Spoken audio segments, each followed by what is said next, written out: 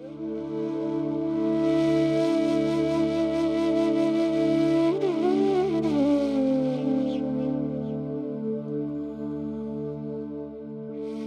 लग रहा है कि पहला अंतर्राष्ट्रीय योगा दिवस जैसे अभी अभी ही गया है, क्योंकि योगा के प्रति जो उमंग और उत्साह का माहौल बना है, पूरा विश्व एक योगा कम्युनिटी के रूप में परिवर्तित हो गया है।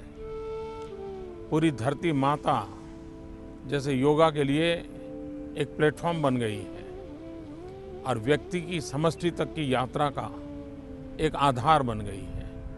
अब लोग योगा को सिर्फ आरोग्य नहीं, एक वेलनेस के लिए महत्वपूर्ण जीवन का अंग मानने लगे हैं। आज जब हम दूसरे अंतर्राष्ट्रीय योगा पर्व को मनाने जा रहे हैं, तब मेरी विश्व भर के योगा प्रेमियों को बहुत बहुत शुभकामनाएं हैं और मुझे विश्वास है कि पूरा विश्व इस योगा आंदोलन के साथ जुड़ता चला जाएगा, वेलनेस की ओर आगे बढ़ता चला जाएगा और व्यक्ति और समष्टि का योग मिलन सुनिश्चित हो जाएगा। योग केवल व्यायाम नहीं है।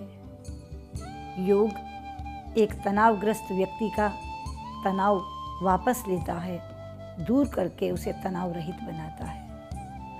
योग अशांत मन को शांत करता है।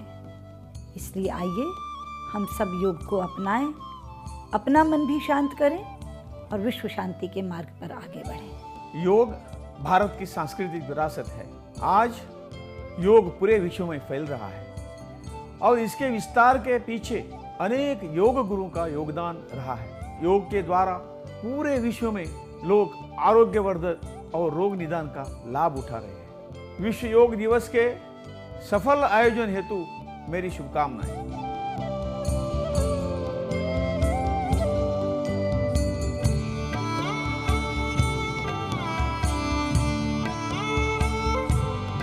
ബഹുമാനപ്പെട്ട പ്രധാനമന്ത്രി ശ്രീ നരേന്ദ്രമോദിയാണ് ആയുഷ് മന്ത്രാലയം ഭാരത സർക്കാരിൻ്റെ നേതൃത്വത്തിൽ രാജ്പഥ് ന്യൂഡൽഹിയിൽ സംഘടിപ്പിച്ച യോഗ പ്രദർശനത്തിന് നേതൃത്വം വഹിച്ചത്.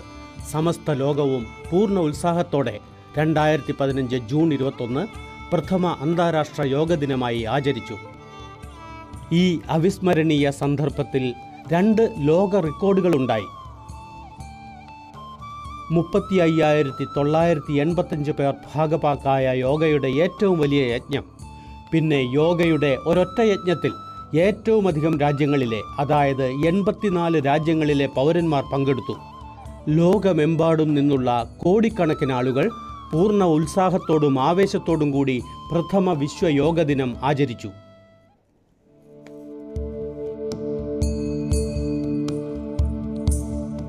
യോഗ പ്രധാനമായും ഒരു ആധ്യാത്മിക വിജ്ഞാന ശാഖയാണ്. ഇത് വിശേഷിച്ചും പരിഷ്കൃത ശാസ്ത്രത്തെ ആധാരമാക്കിയുള്ളതാണ്. ഇത് ആരോഗ്യപൂർണമായ ജീവിതത്തിന് ഒരു കലയും ശാസ്ത്രവുമാണ്. യോഗ എന്ന വാക്കിൻ്റെ ഉദ്ഭവം സംസ്കൃതത്തിലെ യുഗ് എന്ന വാക്കിൽ നിന്നാണ്.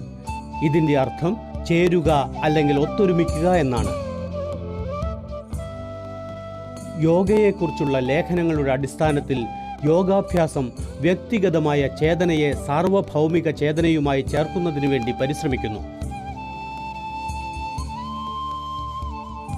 അതുവഴി മനസ്സും ശരീരവും മനുഷ്യനും പ്രകൃതിയും തമ്മിൽ മികവുറ്റൊരു സന്തുലനം നിലനിൽക്കാൻ വേണ്ടി. യോഗയുടെ ശാസ്ത്രം ഉത്ഭവിച്ചത് ആയിരക്കണക്കിന് വർഷങ്ങൾക്ക് മുൻപ് ധാർമ്മികതയുടെയും വിശ്വാസത്തിൻ്റെയും ആദ്യത്തെ വ്യവസ്ഥകൾ ജന്മമെടുക്കുന്നതിനു മുൻപാണ്. യോഗയെക്കുറിച്ചുള്ള ലേഖനങ്ങളുടെ അടിസ്ഥാനത്തിൽ ആദ്യത്തെ യോഗി അഥവാ ആദിയോഗിയായ ശിവൻ തൻ്റെ ഗഹനമായ അറിവുകൾ 7 ശിഷ്യന്മാർക്ക്, പ്രസിദ്ധരായ സപ്തർഷികൾക്ക്, അതായത് 7 മനുഷ്യർക്ക് പറഞ്ഞുകൊടുത്തു. യോഗ പുരാതന വേദകാലം തൊട്ടു തന്നെ പ്രയോഗത്തിൽ കൊണ്ടുവന്നിരുന്നു. എന്നാൽ ആധുനിക യോഗയുടെ പിതാവ് എന്നറിയപ്പെടുന്ന മഹർഷി പതഞ്ജലിയാണ് അന്നത്തെ കാലത്തെ അഭ്യാസങ്ങൾ തൻ്റെ യോഗസൂത്രങ്ങളുടെ അടിസ്ഥാനത്തിൽ സുവ്യവസ്ഥിതവും സംഹിതാബദ്ധവുമാക്കിയത്. പിന്നീട് അനേകം യോഗാചാര്യന്മാർ ഈ വിദ്യ സംരക്ഷിക്കുന്നതിനും വികസിപ്പിക്കുന്നതിനും വേണ്ടി തങ്ങളുടെ സംഭാവനയേകി ആശ്ചര്യജനകമായ ഈ അഭ്യാസത്തെ വ്യാപിപ്പിച്ചു. നിലവിൽ യോഗയുടെ വിവിധ വിദ്യാലയങ്ങളുണ്ട്. അതിൽ ജ്ഞാനയോഗ, ഭക്തിയോഗ, കർമ്മയോഗ, പാതഞ്ജല യോഗ, ഹഠ് യോഗ, കുണ്ടലിനി യോഗ, ധ്യാനയോഗ, മന്ത്രയോഗ, ലയ യോഗ, ജൈൻ യോഗ, ബൗദ്ധയോഗ എന്നിവ ഉൾപ്പെടുന്നു. ഓരോ വിദ്യാലയത്തിനും അതിൻ്റേതായ പദ്ധതികളും അഭ്യാസങ്ങളുമുണ്ട്. അവ യോഗയുടെ മുഖ്യ ലക്ഷ്യത്തിലേക്കും ഉദ്ദേശങ്ങളിലേക്കും മാർഗദർശനമരുളുന്നു. പ്രധാനമായും അഭ്യാസത്തിൽ കൊണ്ടുവരുന്ന ചില യോഗ സാധനങ്ങളാണ് യമ, നിയമ, ആസന, പ്രാണായാമം, പ്രത്യാഹാർ, ധാരണ, ധ്യാനം, സമാധി, ബന്ധ, മുദ്ര, ഷഡ്കർമ്മം, യുക്താഹാർ, മന്ത്രജപം, പിന്നെ യുക്തകർമ്മം. യോഗ അഭ്യസിക്കുന്നവർ യോഗാഭ്യാസം ചെയ്യുന്ന സമയത്ത് ഇവിടെ പറയാൻ പോകുന്ന ചില നിർദ്ദേശങ്ങളും സിദ്ധാന്തങ്ങളും പാലിക്കേണ്ടതാണ്. അഭ്യാസത്തിന് മുൻപ് യോഗാഭ്യാസം ശാന്തവും സന്തോഷകരവുമായ അന്തരീക്ഷത്തിൽ നിശ്ചിന്തമായ ശരീരത്തോടും മനസ്സോടും കൂടിയാണ് ചെയ്യേണ്ടത്. ഇത് വെറും വയറ്റിൽ അല്ലെങ്കിൽ അല്പം വല്ലതും കഴിച്ചിട്ട് ചെയ്യാം. നിങ്ങൾക്ക് തളർച്ച അനുഭവപ്പെടുകയാണെങ്കിൽ ഇളം ചൂടുവെള്ളത്തിൽ തേൻ ചേർത്ത് കുടിക്കുക. ശരീരചലനങ്ങൾ സുഗമമാക്കുന്നതിന് അയഞ്ഞതും സൗകര്യപ്രദവുമായ പരുത്തി വസ്ത്രങ്ങൾക്ക് മുൻഗണന നൽകണം. എന്തെങ്കിലും പഴകിയ രോഗമോ വേദനയോ ഹൃദയ സംബന്ധമായ പ്രശ്നങ്ങളോ ഉണ്ടെങ്കിൽ യോഗാഭ്യാസം ചെയ്യുന്നതിന് മുൻപ് ഏതെങ്കിലും ചികിത്സകൻ്റെയോ യോഗ ചികിത്സകൻ്റെയോ ഉപദേശം തേടുക. അഭ്യാസത്തിൻ്റെ വേളയിൽ അഭ്യാസ സൂത്രങ്ങൾ പ്രാർത്ഥന അല്ലെങ്കിൽ വന്ദനത്തോടെയാണ് ആരംഭിക്കേണ്ടത്. കാരണം ഇതുമൂലം മനഃശാന്തിക്ക് വേണ്ടി സഹായകമായൊരു അന്തരീക്ഷമൊരുങ്ങുന്നു. യോഗാഭ്യാസം സാവധാനം സമ്മർദ്ദരഹിതമായ രീതിയിൽ ശരീരവും ശ്വാസവും ഏകാഗ്രമാക്കിക്കൊണ്ട് ചെയ്യണം. തടഞ്ഞു നിർത്തരുതെന്ന് ആവശ്യപ്പെടാത്തിടത്തോളം ശ്വാസം തടഞ്ഞു നിർത്താതിരിക്കുക. ശരീരം ബലപ്പെടുത്തുകയോ പിടപ്പിക്കുകയോ ചെയ്യരുത്. അഭ്യാസങ്ങൾ അവരവരുടെ ശേഷിയനുസരിച്ച് ചെയ്യുക. ഇതിൻ്റെ അവസാനം ഗഹനമായ മൗനം അല്ലെങ്കിൽ ശാന്തിപാഠത്തോടു കൂടി ചെയ്യുക. അഭ്യാസം കഴിഞ്ഞ് 20-30 മിനിറ്റിന് ശേഷം മാത്രം കുളിക്കുകയോ ഭക്ഷണം കഴിക്കുകയോ ചെയ്യുന്നതാണ് നല്ലത്. യോഗയുടെ ലോകത്തേക്ക് താങ്കൾക്ക് സ്വാഗതം. അറിവിൻ്റെ നിസ്തുല ലോകത്തേക്ക് താങ്കൾക്ക് സ്വാഗതം. ആയിരക്കണക്കിന് വർഷങ്ങൾക്ക് മുൻപ് പ്രസക്തവും ഗുണകരവുമായിരുന്നതുപോലെ ഇന്നും ഇത് അങ്ങനെ തന്നെയാണ്.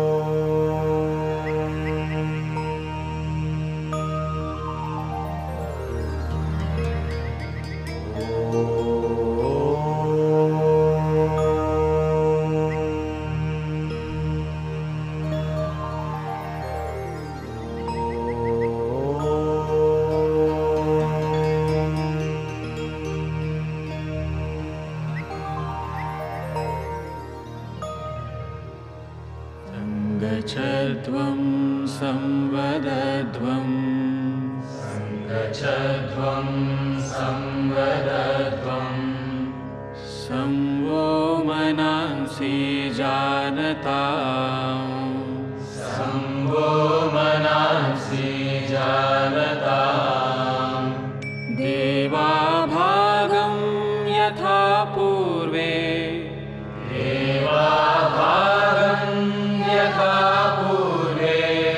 संजानाना उपासते संजानाना उपासते संजानाना उपासते संजानाना उपासते संजानाना उपासते संजानाना उपासते.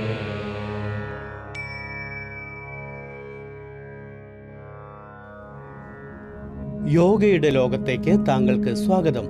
വരൂ, ഇനി നമുക്ക് യോഗ സാധനയുടെ അഭ്യാസ ചലനക്രിയകൾ അഥവാ ശിഥിലതാ അഭ്യാസങ്ങൾ ചെയ്യാം. ഇത് ശരീരത്തിൽ സൂക്ഷ്മമായി രക്തയോട്ടം വർദ്ധിപ്പിക്കുന്നു. കഴുത്തിൻ്റെ വ്യായാമം. കഴുത്ത് മുന്നോട്ടും പിന്നോട്ടും കുനിക്കുക.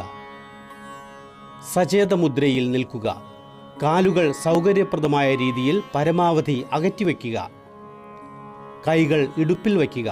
ശ്വാസം വിട്ടുകൊണ്ട് ശിരസ് സാവധാനം മുന്നോട്ട് കുനിച്ചുകൊണ്ട് കീഴ്ത്താടി നെഞ്ചത്ത് മുട്ടിക്കാൻ ശ്രമിക്കുക.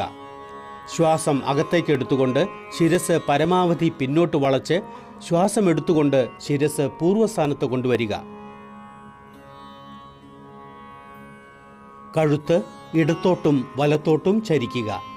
ശ്വാസം വിട്ടുകൊണ്ട് ശിരസ് സാവധാനം വലത്തോട്ട് ചരിച്ച് ചെവി ചുമലിനോട് കഴിയുന്നിടത്തോളം അടുപ്പിച്ചു പിടിക്കുക. ശ്വാസം അകത്തേക്ക് എടുത്തുകൊണ്ട് ശിരസ് പൂർവ്വസ്ഥിതിയിൽ കൊണ്ടുവരിക. ശ്വാസം വിട്ടുകൊണ്ട് ശിരസ് ഇടത്തോട്ട് ചരിക്കുക. ശ്വാസം എടുത്തുകൊണ്ട് ശിരസ് പൂർവ്വസ്ഥിതിയിൽ കൊണ്ടുവരിക. ഇടത്തോട്ടും വലത്തോട്ടും തിരിക്കുക. ശ്വാസം വിട്ടുകൊണ്ട് ശിരസ് സാവധാനം വലത്തോട്ട് കീഴ്ത്താടി ചുമലിനു നേരെ വരുന്നതുവരെ തിരിക്കുക. ശ്വാസം എടുത്തുകൊണ്ട് ശിരസ് പൂർവ്വസ്ഥിതിയിൽ കൊണ്ടുവരിക. ശ്വാസം വിട്ടുകൊണ്ട് ശിരസ് ഇടത്തോട്ട് തിരിക്കുക. ശ്വാസം എടുത്തുകൊണ്ട് ശിരസ് പൂർവ്വസ്ഥിതിയിൽ കൊണ്ടുവരിക. കഴുത്ത് ചുറ്റിക്കുക. ശിരസ് മുന്നോട്ട് കുനിച്ചുകൊണ്ട് കീഴ്ത്താടി നെഞ്ചത്ത് സ്പർശിക്കുവാൻ ശ്രമിക്കുക. ശ്വാസം ഉള്ളിലേക്ക് എടുത്തുകൊണ്ട് ശിരസ് ക്ലോക്കിൻ്റെ സൂചിയുടെ ദിശയിൽ തിരിച്ചുകൊണ്ട് ശിരസ് താഴേക്ക് കൊണ്ടുവരുമ്പോൾ ശ്വാസം വിടുക. ശിരസ് ക്ലോക്കിൻ്റെ സൂചിയുടെ വിപരീത ദിശയിലേക്ക് തിരിക്കുക. കഴുത്തിനു ചുറ്റും വലിച്ചിലും കഴുത്തിൻ്റെ സന്ധികളിലും മാംസപേശികളിലും അയവും കഴുത്തിൻ്റെ സമ്മർദ്ദം അകന്നുപോയതായും അനുഭവിച്ചറിയുക. കഴുത്തിനു വേദനയും സ്പോണ്ടിലൈറ്റിസും ഉള്ളവർ ഈ വ്യായാമം സാവകാശമാണ് ചെയ്യേണ്ടത്. സ്കന്ധസഞ്ചാലനം. പാദങ്ങൾ രണ്ടും ചേർത്ത് വയ്ക്കുക. പാദം മുതൽ ശിരസ് വരെ ഉടൽ നേരെ വയ്ക്കുക. കൈകൾ ശരീരത്തോട് ചേർത്ത് വയ്ക്കുക. ശ്വാസം എടുത്തുകൊണ്ട് രണ്ട് കൈകളും മുകളിലേക്ക് ഉയർത്തുക. കൈവെള്ള മുകളിലേക്കായിരിക്കണം. ശ്വാസം വിട്ടുകൊണ്ട് രണ്ട് കൈകളും പൂർവ്വസ്ഥിതിയിൽ കൊണ്ടുവരിക. കൈകൾ മുകളിലേക്ക് ഉയർത്തുമ്പോൾ അത് ശിരസിൽ സ്പർശിക്കാതിരിക്കാൻ ശ്രദ്ധിക്കണം. അതേപോലെ കൈകൾ താഴേക്ക് കൊണ്ടുവരുമ്പോൾ തുടയിൽ സ്പർശിക്കാതിരിക്കാനും ശ്രദ്ധിക്കണം. വിരലുകൾ ചേർത്ത് വെച്ച് രണ്ട് കൈവെള്ളകളും പൂർണ്ണമായും തുറക്കുക.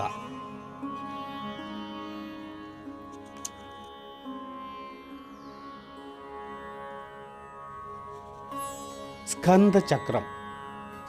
നേരെ നിവർന്നു നിൽക്കുക. ഇടതു കൈവിരലുകൾ ഇടതു ചുമലിൽ വയ്ക്കുക.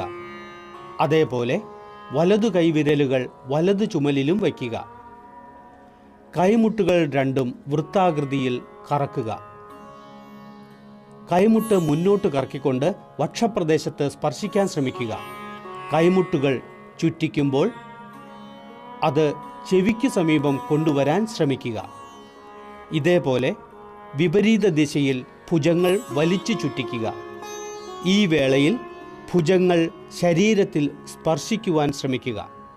ഈ ക്രിയ വലതുനിന്ന് ഇടത്തോട്ടും ഇടതുനിന്ന് വലത്തോട്ടും 5 തവണ ആവർത്തിക്കുക.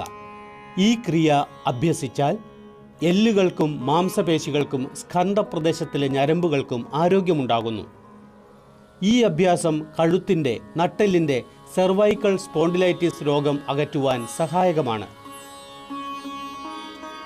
ഉടൽ തിരിക്കുക. കാലുകൾ തമ്മിൽ 2 അടി അകത്തി വയ്ക്കുക.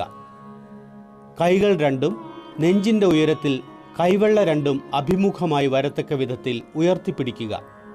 ശ്വാസം വിട്ടുകൊണ്ട് ശരീരം ഇടത്തെ കൈവെള്ള വലതു തോളിൽ സ്പർശിക്കുന്ന വിധത്തിൽ വലത്തോട്ട് തിരിയുക. ശ്വാസം എടുത്തുകൊണ്ട് പൂർവ്വസ്ഥിതിയിൽ വരിക. ഇനി ശ്വാസം വിട്ടുകൊണ്ട് വലത്തെ കൈവെള്ള ഇടതു തോളിൽ സ്പർശിക്കുന്ന വിധത്തിൽ ഇടത്തോട്ട് തിരിയുക. ശ്വാസം എടുത്തുകൊണ്ട് പൂർവ്വസ്ഥിതിയിൽ വരിക. ഇത് ആവർത്തിക്കുക. ശ്വാസം എടുത്തുകൊണ്ട് സാവധാനം ചെയ്യുക. നട്ടെല്ല്, ഡിസ്ക് സംബന്ധമായ പ്രശ്നമുള്ളവരും മാസമുറയുള്ളപ്പോഴും ഈ വ്യായാമം ചെയ്യരുത്. നിൽക്കുന്ന മുദ്രയിൽ വിശ്രമിക്കുക. മുട്ടുകൾ ചലിപ്പിക്കുക. ശ്വാസം എടുത്തുകൊണ്ട് ഭുജംഗങ്ങൾ തോൾ വരെ ഉയർത്തുക. ശ്വാസം വിടുക. മുട്ടുകൾ മടക്കി ശരീരത്തെ ശൂന്യമുദ്രയിൽ താഴേക്ക് കൊണ്ടുവരിക. ശ്വാസം എടുത്തുകൊണ്ട് ശരീരം നേരെയാക്കുക. ഇത് 2 തവണ ആവർത്തിക്കുക. ഈ വ്യായാമം കൊണ്ട് മുട്ടിൻ്റെയും ഇടുപ്പിൻ്റെയും സന്ധികൾ ബലപ്പെടുന്നു. അക്യൂട്ട് ആർത്രൈറ്റിസിൻ്റെ പ്രശ്നമുള്ളവർ ഈ വ്യായാമം ചെയ്യരുത്. കൈകൾ താഴേക്ക് കൊണ്ടുവരുമ്പോൾ ശ്വാസം വിടുക. വരൂ, ഇനി യോഗാസനത്തിലേക്ക് നീങ്ങാം. താടാസനം. താട് ഒരു വൃക്ഷത്തിൻ്റെ പേരാണ്. കാലുകൾ തമ്മിൽ 2 ഇഞ്ചിൻ്റെ അകലം വയ്ക്കുക. വിരലുകൾ ചേർത്ത് വച്ച് കൈക്കുഴ വെളിയിലേക്ക് തിരിക്കുക. ശ്വാസം എടുത്തുകൊണ്ട് ഭുജംഗങ്ങൾ മുകളിലേക്ക് ഉയർത്തി തോളുകൾക്ക് നേരെ കൊണ്ടുവരിക. ഉപ്പൂറ്റി ഭൂമിയിൽ നിന്ന് മുകളിലേക്ക് ഉയർത്തി പെരുവിരലിൽ കുത്തി നിൽക്കുക. ഈ സ്ഥിതിയിൽ 10-15 സെക്കൻഡ് നിൽക്കുക. ഈ ആസനം ശരീരത്തിന് ബലം നൽകുന്നു.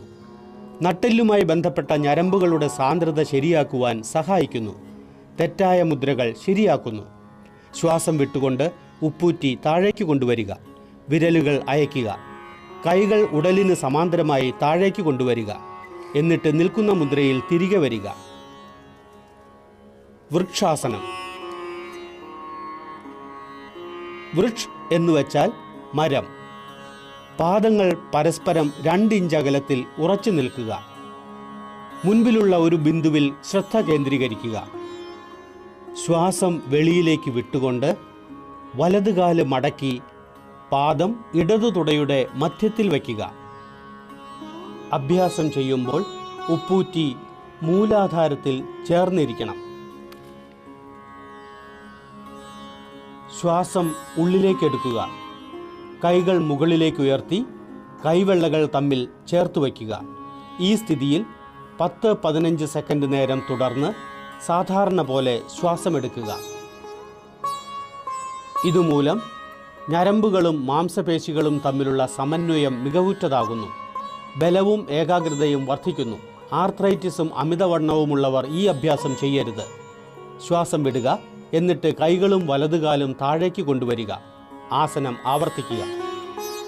ഈ ആസനം ഇടതുകാലുകൊണ്ടും അഭ്യസിക്കുക. ഇടതുകാൽ മടക്കി പാദം വലതു തുടയുടെ മധ്യത്തിൽ വയ്ക്കുക. ശ്വാസം ഉള്ളിലേക്ക് എടുത്ത് കൈകൾ മുകളിലേക്ക് ഉയർത്തി കൈവെള്ളകൾ തമ്മിൽ ചേർത്ത് വയ്ക്കുക.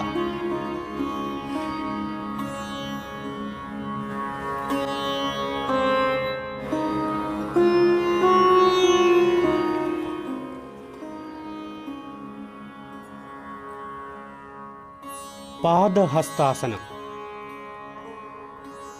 പാദം എന്നുവെച്ചാൽ കാല്, ഹസ്തം എന്നുവെച്ചാൽ കയ്യ്. സാവകാശം ശ്വാസം എടുത്തുകൊണ്ട് കൈകൾ മുകളിലേക്ക് ഉയർത്തുക.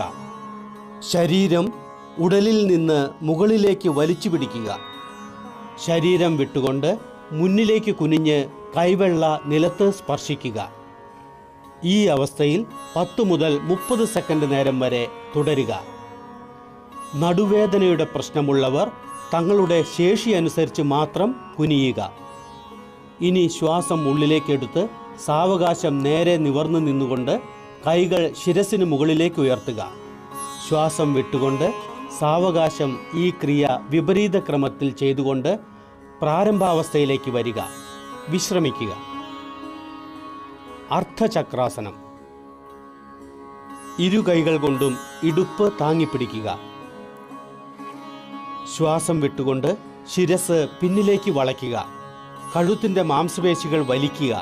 നട്ടെല്ലിൻ്റെ താഴ്ഭാഗത്തേക്ക് ആയി പിന്നിലേക്ക് വളയുക.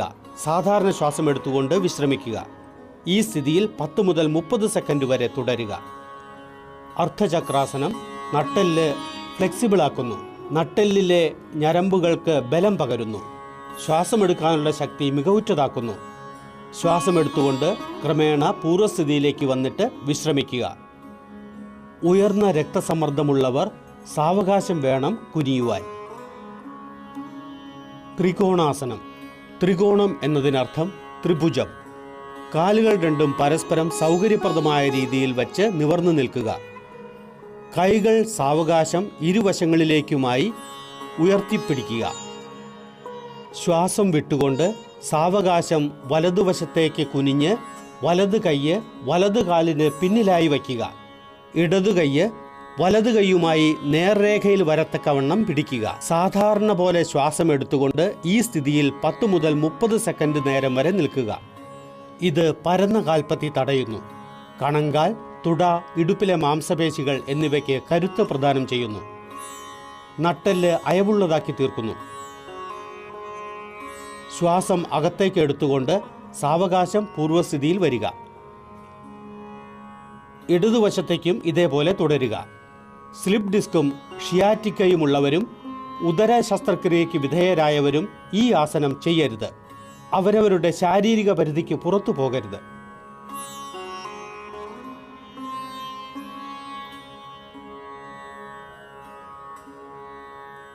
ഭദ്രാസനം. വരൂ, ഇനി ഇരുന്നു കൊണ്ടുള്ള മുദ്രകൾക്ക് വേണ്ടി തയ്യാറായിക്കോളൂ. ഭദ്ര എന്നതിനർത്ഥം ദൃഢം. കാലുകൾ മുന്നിലേക്ക് നീട്ടിവെച്ച് ഇരിക്കുക. കൈകൾ ഇടുപ്പിനടുത്ത് വയ്ക്കുക. ഇതാണ് ദണ്ഡാസനം. ഇനി പാദങ്ങൾ രണ്ടും ചേർത്ത് വയ്ക്കുക. ശ്വാസം വിടുക. എന്നിട്ട് കൈകൾ കൊണ്ട് കാലിൻ്റെ പെരുവിരലിൽ പിടിക്കുക. ഉപ്പൂറ്റി കഴിയുന്നിടത്തോളം മൂലാധാരത്തിലേക്ക് കൊണ്ടുവരിക. ഇത് അന്തിമസ്ഥിതിയാണ്. ഈ സ്ഥിതിയിൽ കുറച്ചു നേരം തുടരുക.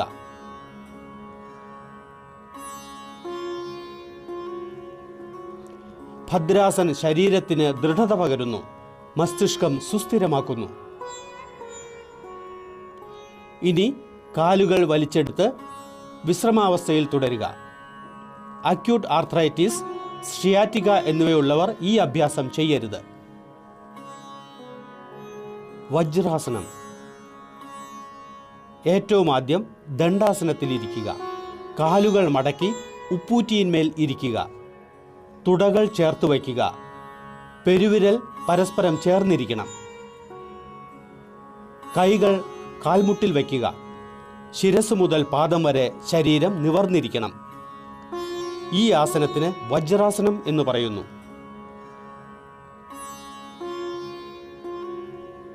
അർദ്ധ ഉഷ്ട്രാസനം. ഏറ്റവും ആദ്യം വജ്രാസനത്തിൽ ഇരിക്കുക. കാൽമുട്ടുകളുടെ ബലത്തിൽ നിൽക്കുക.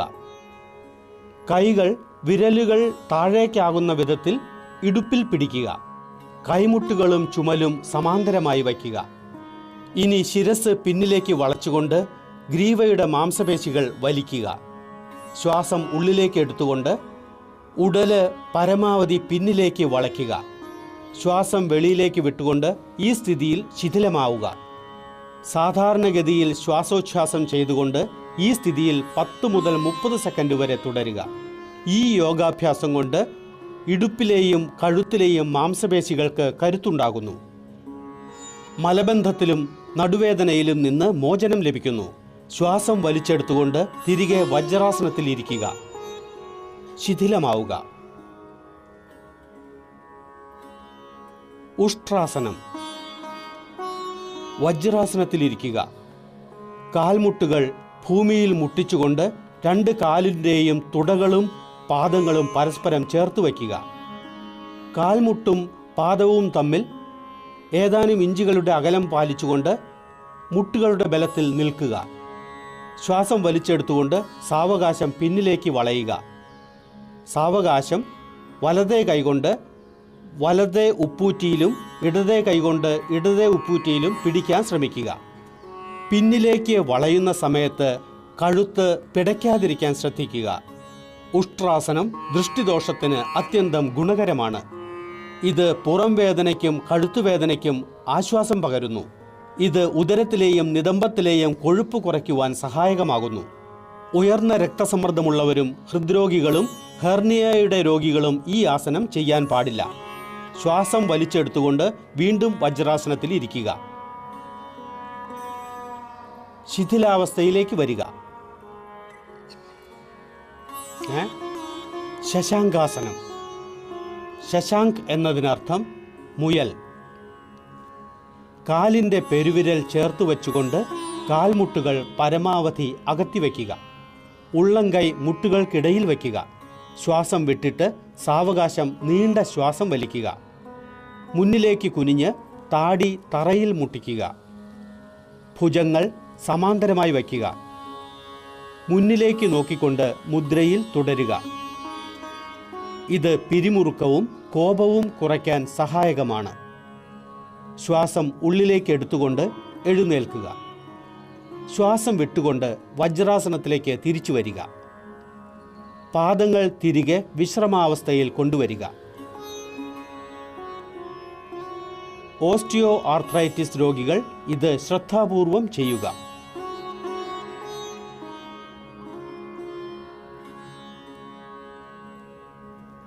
ഉത്താൻ മണ്ഡൂകാസനം. ഈ ആസനത്തിൽ ശരീരത്തിൻ്റെ സ്ഥിതി ഊർധ്വമണ്ഡൂകം പോലെയാകുന്നു. വജ്രാസനത്തിലിരിക്കുക. കാലിൻ്റെ പെരുവിരൽ ചേർത്ത് വച്ചുകൊണ്ട് കാൽമുട്ടുകൾ പരമാവധി അകത്തിവെക്കുക. ശ്വാസം വലിച്ചെടുത്തുകൊണ്ട് കൈകൾ മുകളിലേക്ക് ഉയർത്തി ശിരസിന് പിന്നിലായി 2 കൈകളുടെയും ഉള്ളം കൈ വിപരീത ചുമലുകളിൽ വയ്ക്കുക. നടുവും കഴുത്തും നേരെ വച്ചുകൊണ്ട് കുറച്ചു നേരം ഈ സ്ഥിതിയിൽ തുടരുക.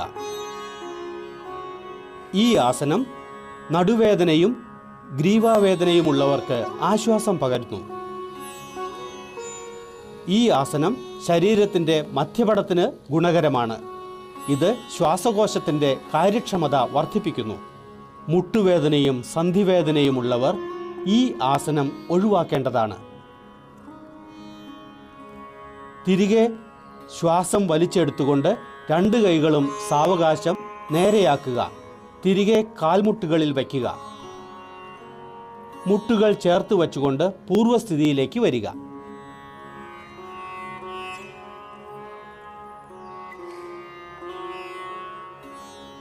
വക്രാസനം. വക്രം എന്നതിനർത്ഥം വളഞ്ഞത് അഥവാ നേരെയല്ലാത്ത. വലതുകാൽ മടക്കി പാദം ഇടതുകാലിൻ്റെ മുട്ടിനടുത്തായി വയ്ക്കുക. ഇടതുകൈയ്യ് വലതുമുട്ടിന് മുട്ടിച്ചുകൊണ്ട് ഉള്ളംകൈ വലതുപാദത്തിനരികിലായി വയ്ക്കുക. ശ്വാസം വിട്ടുകൊണ്ട് ശരീരവും കഴുത്തും വലത്തോട്ട് തിരിക്കുക. ഈ മുദ്രയിൽ വിശ്രമിക്കുക. ശിരസ് പിന്നിലേക്ക് തിരിക്കുക. ശ്വാസം വിട്ടുകൊണ്ട് കൈ പുറത്തെടുക്കുക. കാലുകൾ വലിക്കുക. ഇനി തിരികെ വന്ന് വിശ്രമാസനത്തിൽ വിശ്രമിക്കുക. ഈ ആസനം നട്ടെല്ലിൻ്റെ അയവ് വർദ്ധിപ്പിക്കുന്നു. ഇത് മലബന്ധവും അജീർണവും അകറ്റുന്നു. പ്രമേഹം നിയന്ത്രിക്കാൻ സഹായകമാണ്. ഇത് എതിർദിശയിലേക്കും ആവർത്തിക്കുക.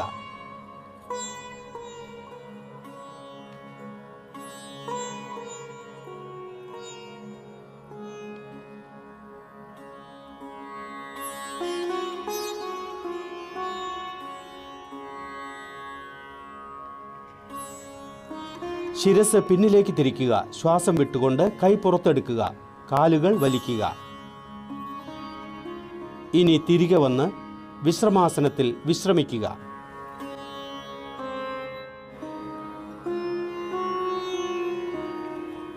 മകരാസനം. മകർ എന്നുവെച്ചാൽ മുതല. കമിഴ്ന്ന് കിടക്കുക. കാലുകൾ രണ്ടും അകത്തി നീട്ടിവെക്കുക. കൈകൾ രണ്ടും മടക്കി വലതുകൈ ഇടതുകൈയിന്മേൽ വയ്ക്കുക.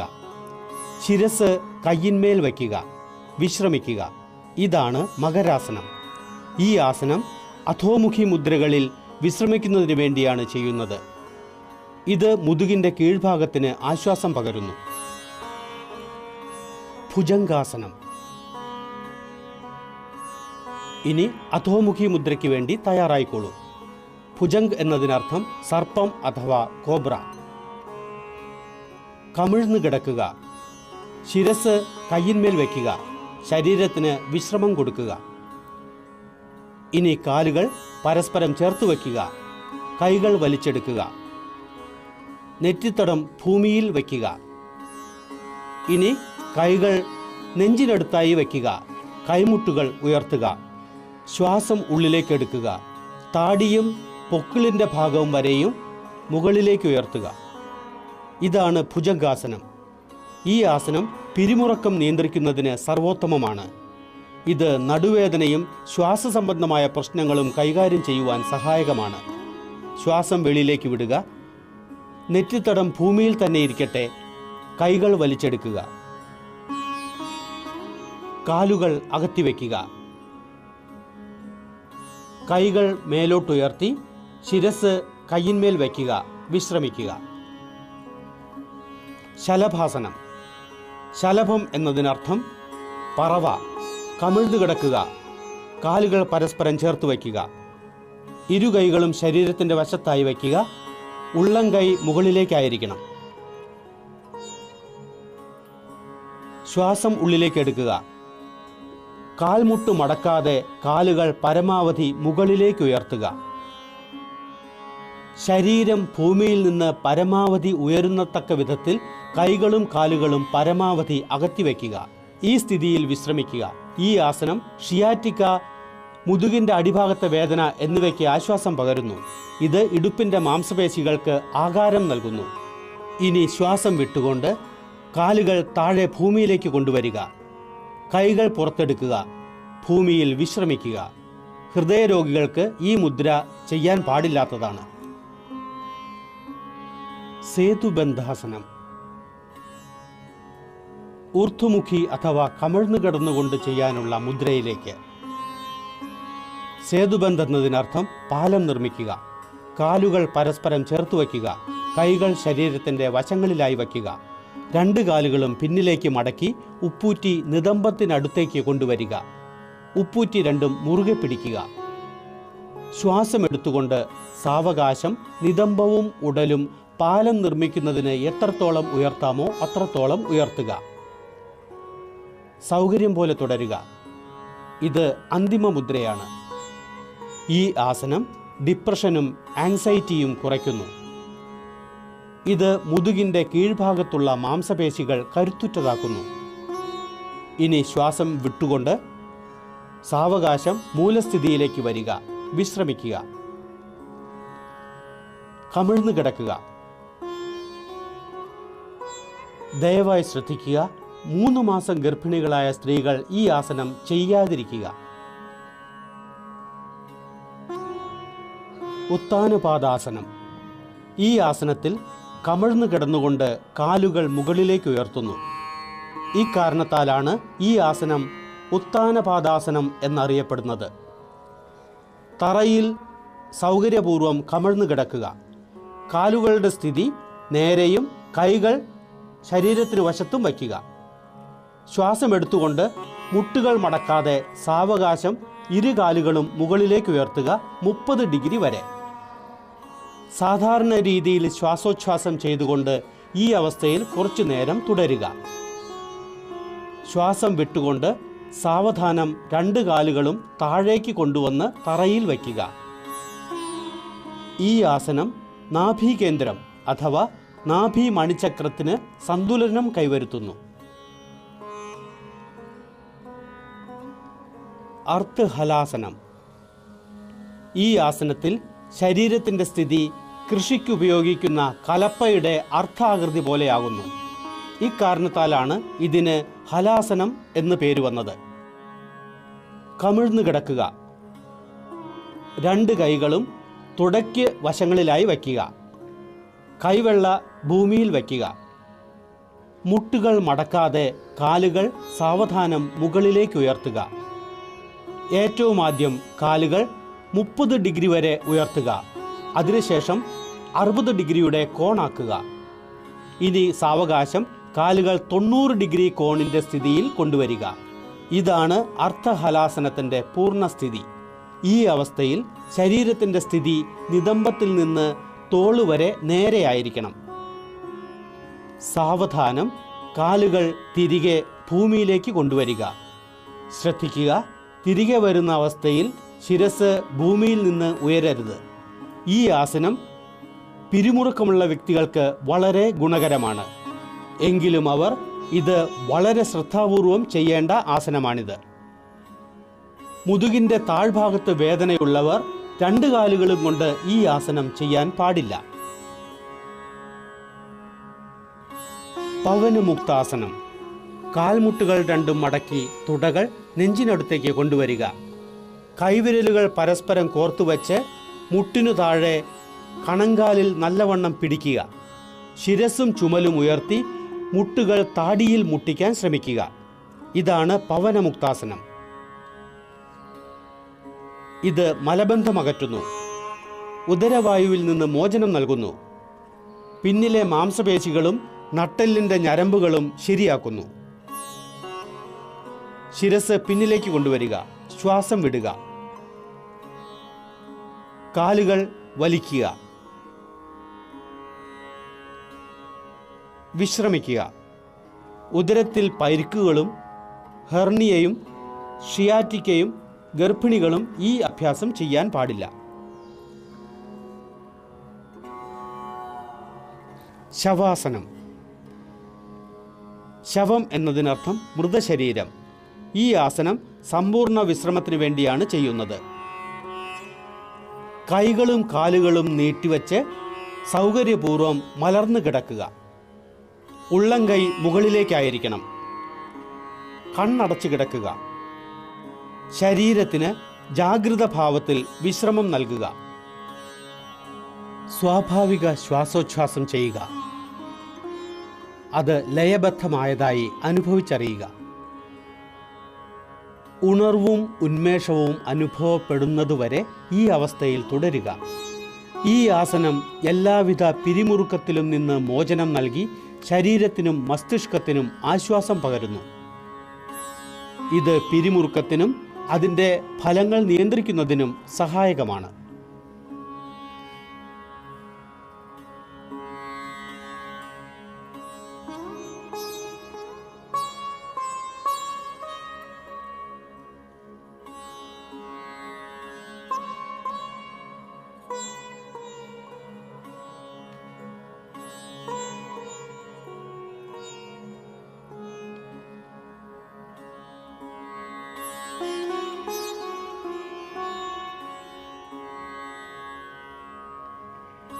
കപാലഭാതി.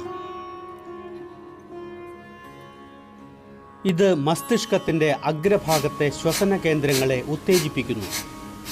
ധ്യാനത്തിൻ്റെ ഏതെങ്കിലും മുദ്രയിൽ ഇരിക്കുക. കണ്ണടച്ചുകൊണ്ട് ശരീരത്തിന് വിശ്രമം നൽകുക. ഗാഠമായി ശ്വാസമെടുത്തുകൊണ്ട് നെഞ്ച് വീർപ്പിക്കുക.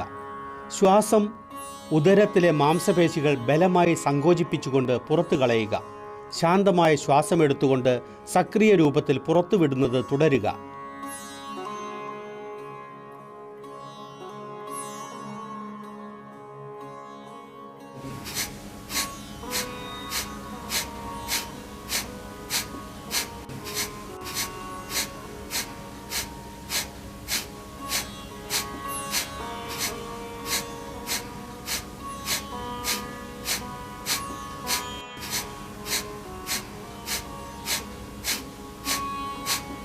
വീണ്ടും ഒരു നീണ്ട ശ്വാസമെടുക്കുക.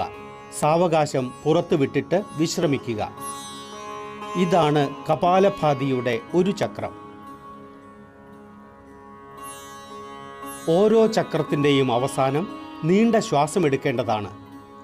ഇനി 2 ചക്രം കൂടി ചെയ്യാം.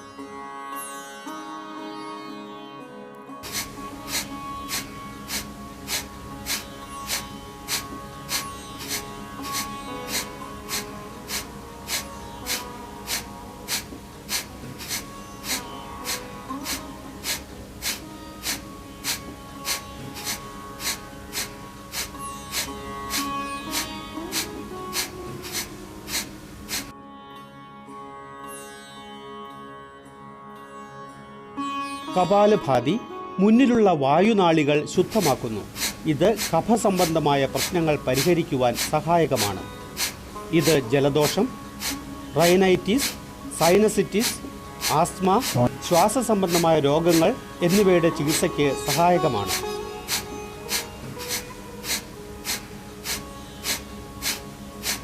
ദയവായി ശ്രദ്ധിക്കുക, ഹൃദയ സംബന്ധമായ രോഗികളും ഉയർന്ന രക്തസമ്മർദ്ദവും തലകറക്കവും മൈഗ്രെയിനും സ്ട്രോക്കും ഹെർണിയയും ഗ്യാസ്ട്രിക് അൾസറുമുള്ളവർ ഈ അഭ്യാസം ചെയ്യാൻ പാടില്ല.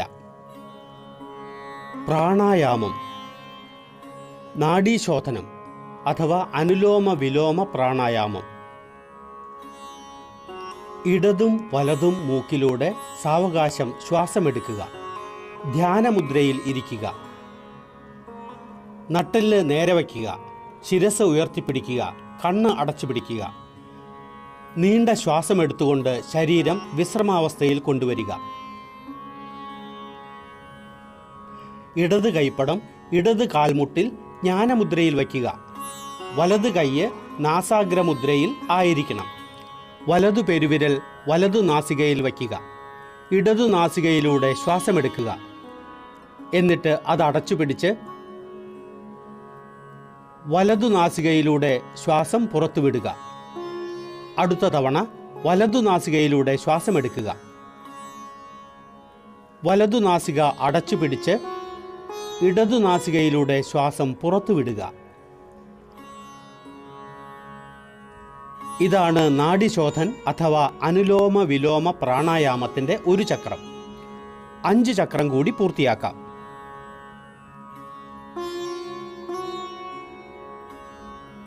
അനുലോമ വിലോമ പ്രാണായാമം പുതിയതായി ആരംഭിക്കുന്നവർ ശ്വാസമെടുക്കുന്നതിനും വെളിയിൽ കളയുന്നതിനുമുള്ള സമയം തുല്യമായിരിക്കണം. സാവധാനം ഈ സമയത്തിൻ്റെ അനുപാതം കൂട്ടി 1:2 ആയിരിക്കണം. ശ്വാസം പതുക്കെയും സ്ഥിരവും നിയന്ത്രിതവുമായിരിക്കണം. ഈ പ്രാണായാമത്തിൻ്റെ ലക്ഷ്യം ഊർജത്തിൻ്റെ എല്ലാ പ്രമുഖ മാർഗങ്ങളും ശുദ്ധീകരിച്ച് ശരീരം പുഷ്ടിപ്പെടുത്തുക എന്നതാണ്. ഇത് മനസ്സിനെ ശാന്തമാക്കുന്നു, ഏകാഗ്രത വർദ്ധിപ്പിക്കാൻ സഹായിക്കുന്നു. ഇത് പ്രാണശക്തി വർദ്ധിപ്പിക്കുന്നു, പിരിമുറുക്കത്തിൻ്റെയും ആങ്സൈറ്റിയുടെയും നില കുറയ്ക്കുന്നു. ഇത് കഫസംബന്ധമായ പ്രശ്നങ്ങൾക്കും നിവാരണം നൽകുന്നു.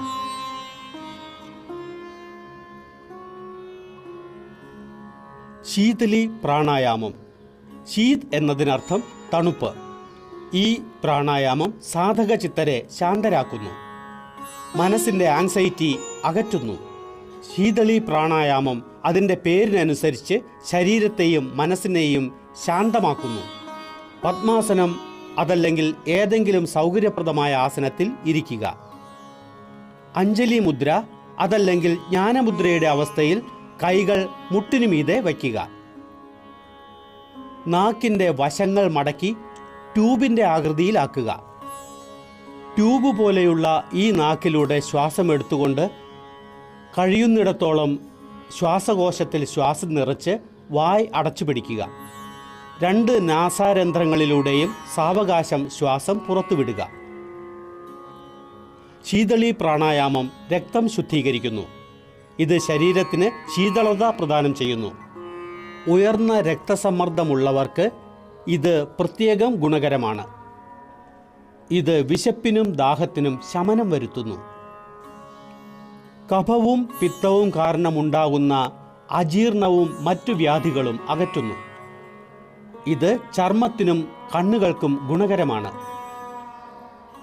ജലദോഷവും കഫദോഷവും ടോൺസിലൈറ്റിസുമുള്ള രോഗികൾ ഈ പ്രാണായാമം ചെയ്യാൻ പാടില്ല.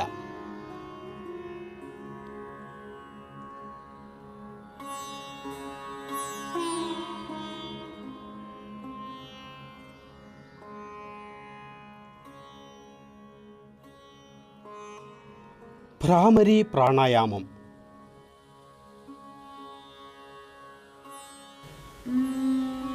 ഭ്രമരമെന്ന് വണ്ടിനാണ് പറയുന്നത്. ഈ പ്രാണായാമത്തിൽ ശ്വാസം പുറത്തുവിടുമ്പോൾ ഉണ്ടാകുന്ന ശബ്ദത്തിന് വണ്ടിൻ്റെ മൂളലുമായി സാമ്യമുണ്ട്. 2 നാസികയിലൂടെയും നീണ്ട ശ്വാസമെടുക്കുക. നിയന്ത്രിതമായ രീതിയിൽ, നീണ്ട സ്ഥിരമായ രീതിയിൽ വണ്ടിൻ്റെ മൂളൽ പോലെ ശബ്ദത്തോടുകൂടി ശ്വാസം പുറത്തുവിടുക.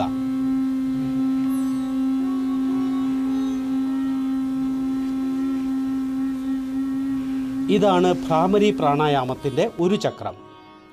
2 ചക്രം കൂടി ആവർത്തിക്കാം.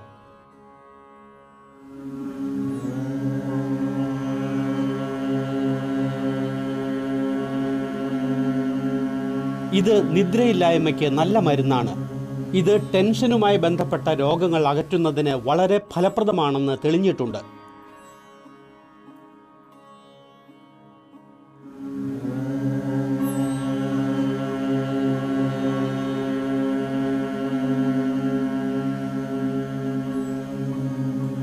ഇനി ഭ്രാമരി ഷൺമുഖി മുദ്രയിൽ ചെയ്യാം. കാതുകൾ പെരുവിരൽ കൊണ്ട് അടച്ചു പിടിക്കുക. ഇനി ചൂണ്ടുവിരൽ കണ്ണിലും നടുവിരൽ നാസികയിലും മോതിരവിരലും ചെറുവിരലും ചുണ്ടുകളിലും വയ്ക്കുക. മൂക്കു തുറന്ന് 2 ദ്വാരത്തിലൂടെയും ശ്വാസമെടുക്കുക. നിയന്ത്രിത ഗതിയിൽ സാവകാശം വണ്ടിൻ്റെ മൂളൽ പോലെ ശബ്ദം പുറപ്പെടുവിച്ചുകൊണ്ട് ശ്വാസം വിടുക.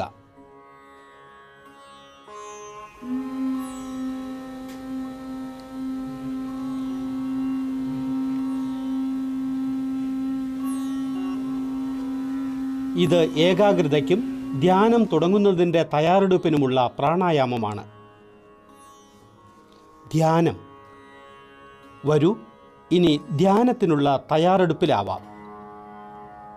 ധ്യാനം ഒരു നിരന്തരമായ ചിന്തനത്തിനുള്ള പ്രക്രിയയാണ്.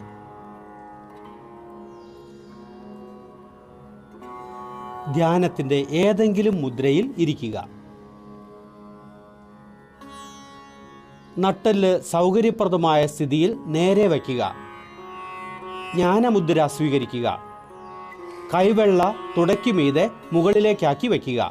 കൈകളും ചുമലും അയഞ്ഞും സൗകര്യപ്രദമായ സ്ഥിതിയിലുമായിരിക്കണം. കണ്ണ് അടച്ചു പിടിച്ചുകൊണ്ട് മുഖം അല്പം ഉയർത്തി ഇരിക്കുക. നിങ്ങൾ ഏകാഗ്രത പുലർത്തേണ്ട ആവശ്യമില്ല. പുരികങ്ങൾക്കിടയിൽ അല്പം ശ്രദ്ധ കേന്ദ്രീകരിച്ച് നിങ്ങളുടെ ശ്വാസഗതിയിൽ ശ്രദ്ധിക്കുക. ധ്യാനം മസ്തിഷ്കത്തിന് ശാന്തതയും സുഖവും പകരുന്നു. ഇത് ഏകാഗ്രതയും ഓർമ്മശക്തിയും ഇച്ഛാശക്തിയും വർദ്ധിപ്പിക്കുന്നു. ഇത് ശരീരത്തിനും മസ്തിഷ്കത്തിനും ശരിയായ വിശ്രമം നൽകി അവയ്ക്ക് വീണ്ടും ചൈതന്യം പകരുന്നു. ഇത് സകാരാത്മക ഭാവം ജനിപ്പിക്കാൻ സഹായകമാണ്. ധ്യാനം നമ്മെ ആത്മാനുഭൂതിയുടെ ദിശയിലേക്ക് കൊണ്ടുപോകുന്നു. ധ്യാനത്തിൻ്റെ സ്ഥിതിയിൽ തുടരുക.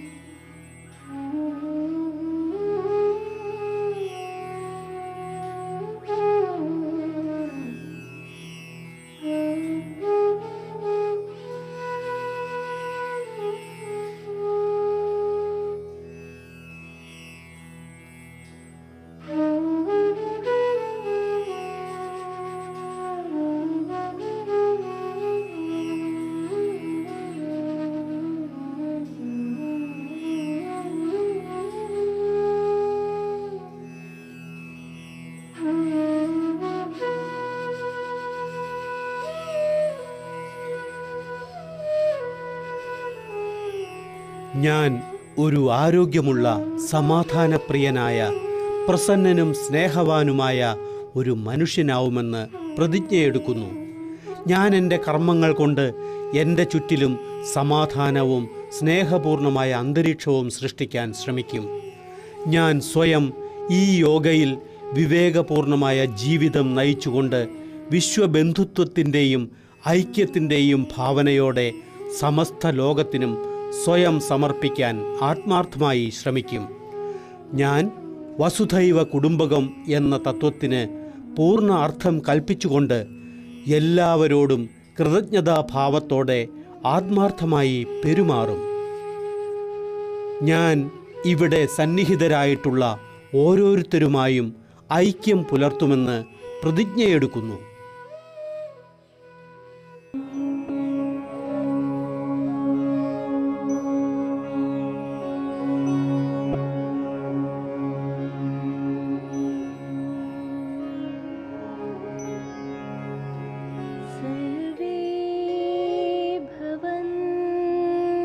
सुखिनः सर्वे सन्तु निरामयाः सर्वे भद्राणि पश्यन्तु मा कश्चित् दुःखभाग् भवेत् मा कश्चित् दुःखभाग् भवेत्। ॐ शान्ति शान्ति शान्ति।